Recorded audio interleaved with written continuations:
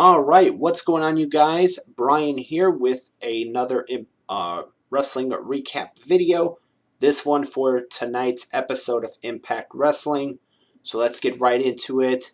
Of course, one news bit to mention, and that is that about the suspension of Samoa Joe, who was it was reported today that he was suspended for a wellness violation for 30 days. This is his first wellness violation, so it is what it is. Now we move on to Impact Wrestling. I'm just going to run through everything that went down on tonight's episode.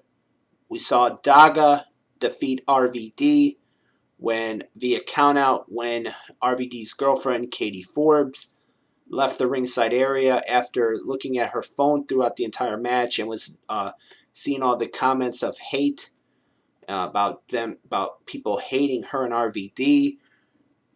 After the match, RVD went to find her backstage.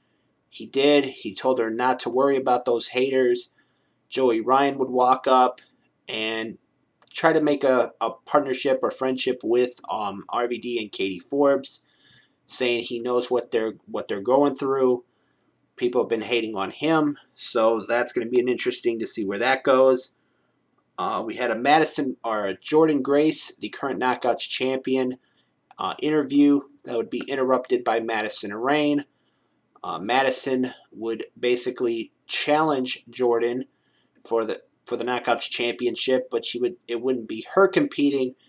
She would find someone to beat her for that championship.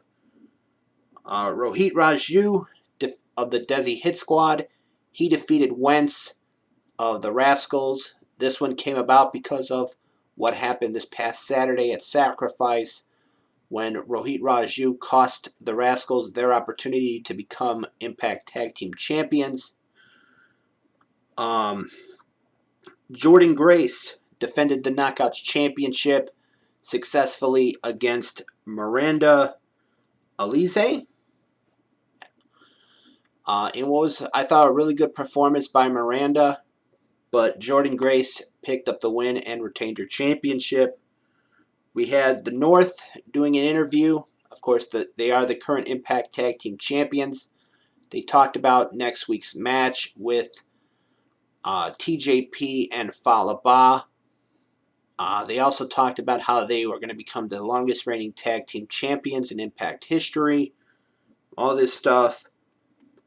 We had a backstage segment with Rosemary and Jessica Havoc that set up a match for next week between Havoc and Su Yung in a no disqualification match.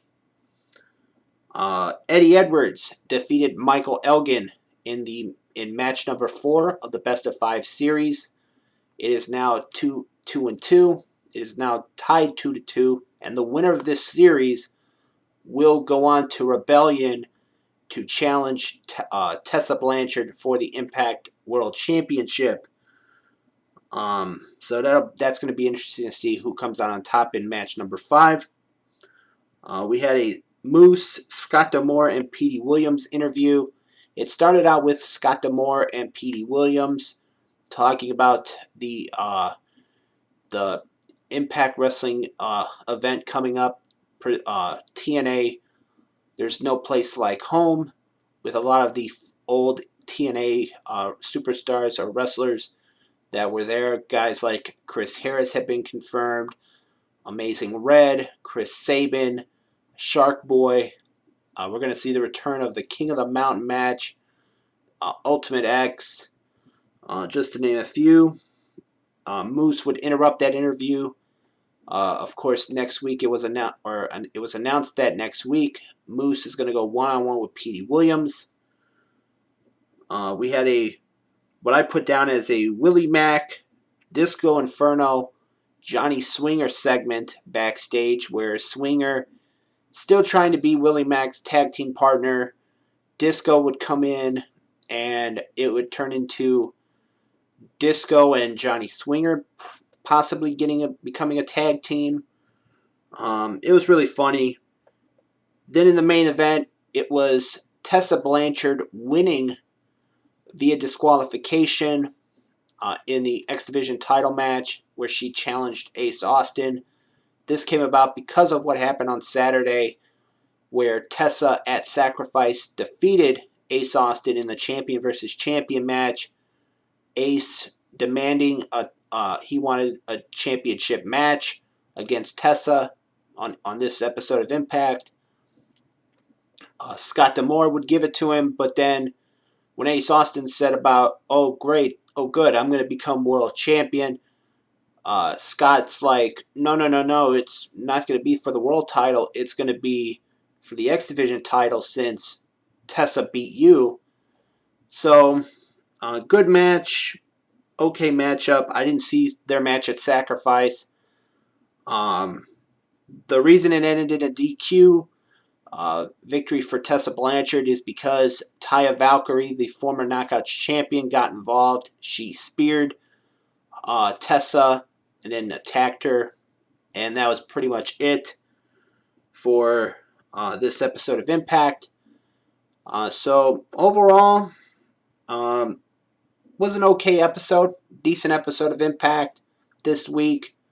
Can't wait to see what happens next week and in the weeks leading up to Rebellion, their next pay-per-view, which, by the way, I was looking at the date when Rebellion is supposed to be, and apparently there's going to be 2 events running that same day, on the 19th of April. Rebellion for Impact Wrestling and NWA is going to be having their Crockett Cup event that same day. So that's going to be interesting to see. I mean, of course, Impact is holding their Rebellion event in New York at Terminal 5, and NWA is holding their Crockett Cup event in, I believe, Atlanta at the Gateway Arena. So those are 2 huge events to look forward to for that particular day, April 19th. So with that being said, this has been my quick recap of what happened on this week's episode of Impact Wrestling. As always, I am Brian, and thank you for watching.